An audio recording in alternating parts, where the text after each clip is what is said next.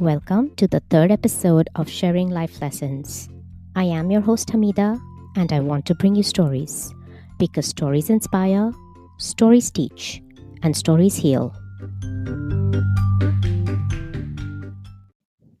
In the afternoon of January 26, 2020, the world was shocked to hear the dismal breaking news of Kobe's death in a helicopter crash. It was a Sunday. I wasn't home, but the first person that came to my mind was my 17-year-old son. He is an ardent fan of Kobe, and I immediately knew that when he finds out, he is going to be devastated. I also knew that I wanted to offer a memorial tribute to Kobe and his 13-year-old daughter Gianna, who was also with him in the helicopter, in the next episode, which was going to be released on January 29th. And so I started thinking about what it is that I would say about him. And the more I thought about his life, the more I realized that I really would be shortchanging his memories and the lessons that he has taught us in his life by offering just a tribute in the beginning of a show. Kobe deserved nothing less than a whole episode. And therefore, I dedicate this episode to the legendary Kobe Bryant. One of my listeners sent me an anonymous quote after he heard the first episode of this podcast. And the quote says, "We are all stories in the end. Just make yours a good one." Kobe not only made his story a good one, but also an inspirational one. Kobe has a huge fan base, and a major portion of that fan base is made up of younger boys and girls who not only are inspired by Kobe, but also consider him their role model and hero.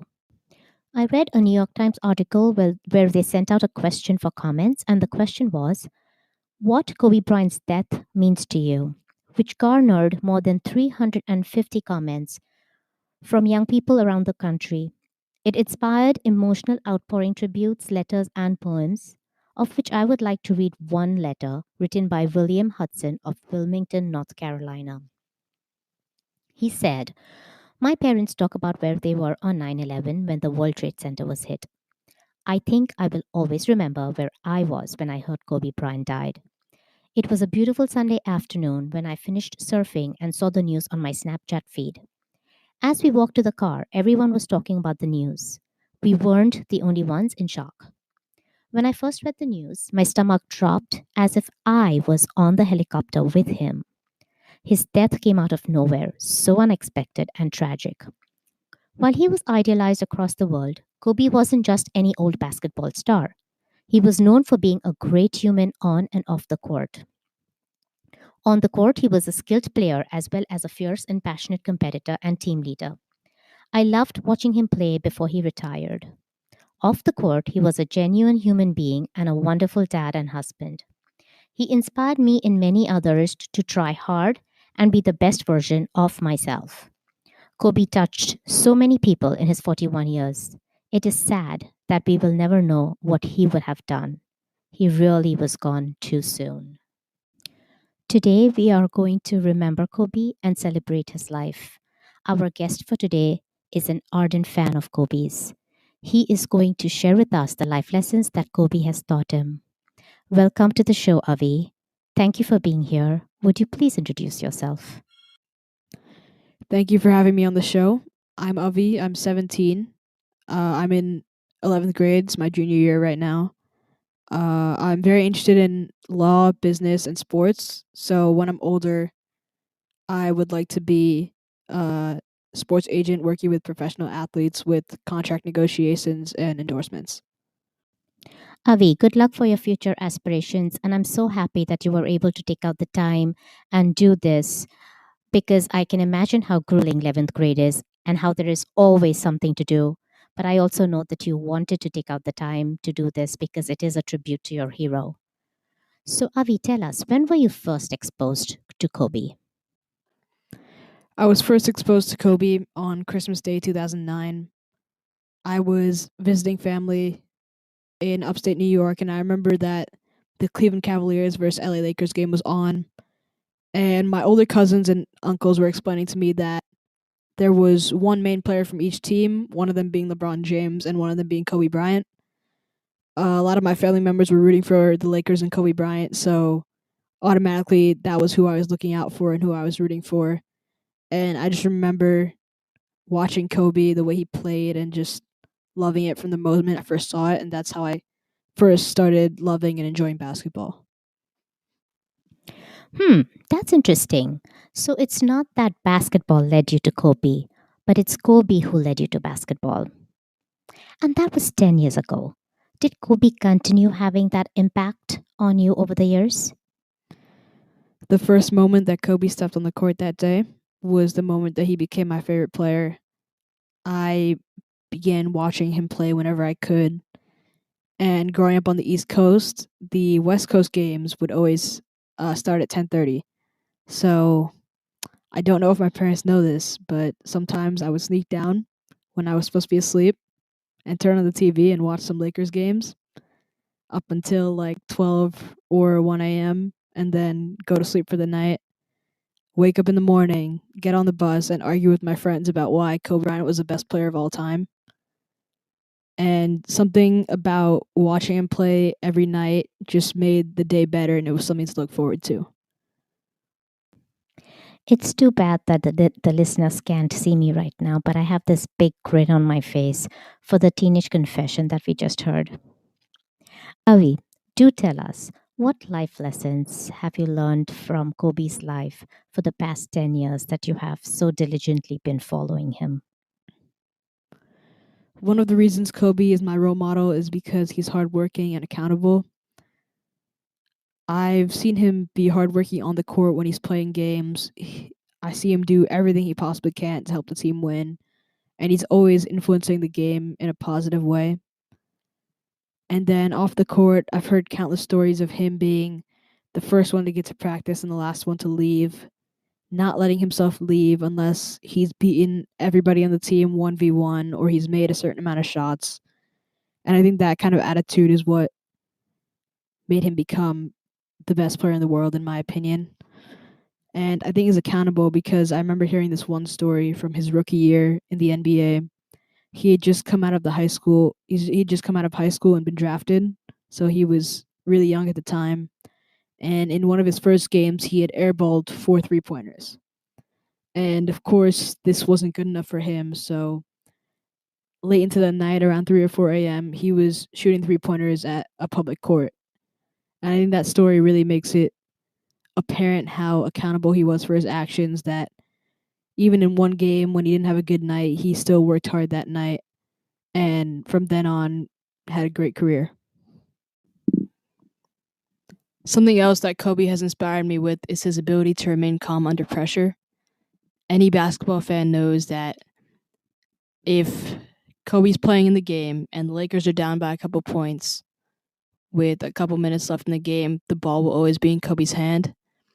And this is just because he can take over the game like nobody else. And a lot of people have deemed this Mamba mentality, and he is famous for being the Black Mamba. And Mamba mentality is basically when he just takes it upon himself to deliver the results that are needed. And you can see anytime he bites his shirt on the court with a couple minutes left, you know he's activated Mamba mentality.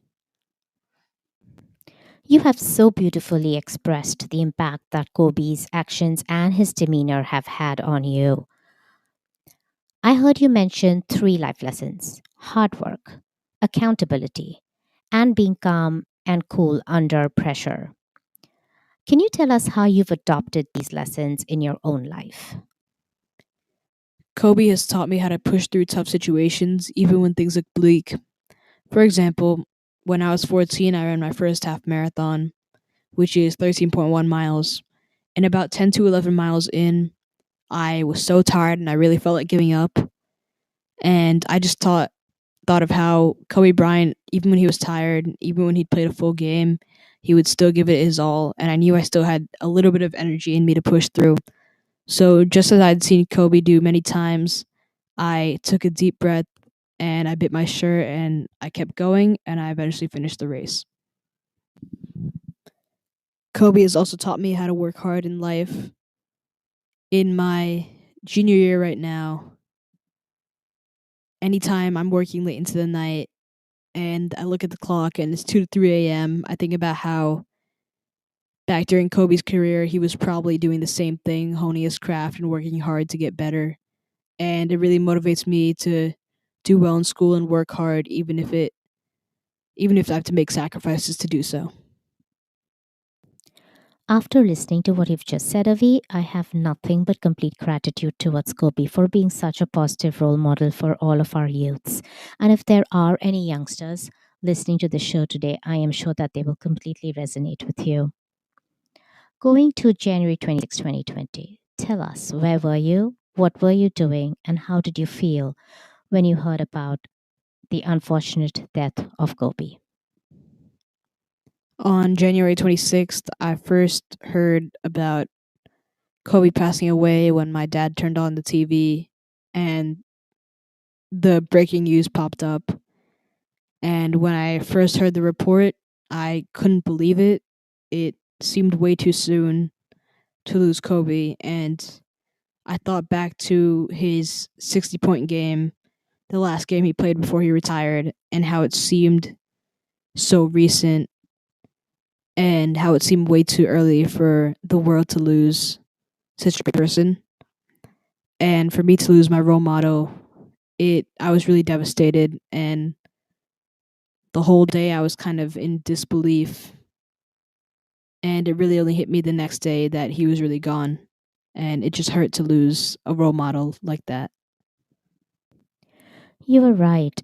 It is too soon for you to have lost your role model. But remember that Kobe has left you with so many pearls of wisdom that if you continue following on his footsteps, then someday, like him, you will also be a star in your own right. Well, for those who know our family personally, you already know this. But for those who don't, this probably is the right time to let you know that Avi is my son. And I couldn't think of anyone more suitable to pay this tribute to Kobe. But Avi and I both thought that it would be best for us to reveal this towards the end. And Avi, no, your parents did not know that you snuck out of your room at nights to watch the Lakers on school nights. And for that, you are grounded. Jokes aside, son, if you were given the opportunity to say anything to your hero at this time, what would it be? Kobe, you have inspired me and my entire generation to always work hard and chase our dreams. And for that, you and your legacy will always be remembered. Kobe and Gianna, may your souls rest in eternal peace and know that you will always be remembered. I want to end this show by playing a clip so that we can listen to Kobe's life lessons in his own words. Hello, everyone. I'm so sorry I can't be with you tonight. However, I couldn't completely miss the chance to take a moment to share some thoughts with all of you. The lesson I cherish the most is how important it is to love what you do. If you love what you do and it's making you happy, all the hard work and perseverance will pay off. I once had a guidance counselor tell me that I shouldn't play basketball, that it would never amount to anything for me. His negativity towards me made me stronger. You can't stop people from trying to limit your dreams, but you can stop it from becoming a reality. Your dreams are up to you. I encourage you to always be curious, always seek out things you love, and always work hard once you find it. So with that, I'll let you carry on with your evening. Please know I'm thinking of you, supporting you, and encouraging you always. Peace. If you have enjoyed this episode, then please rate, review, and subscribe and follow. And if you have any comments, then please write to me at sharinglifelessons101@gmail.com. Also, for those who want to share their own life lessons and stories, please write to me at the same email address. I will bring you another episode of Sharing Life Lessons next Wednesday. Till then, be happy and be well.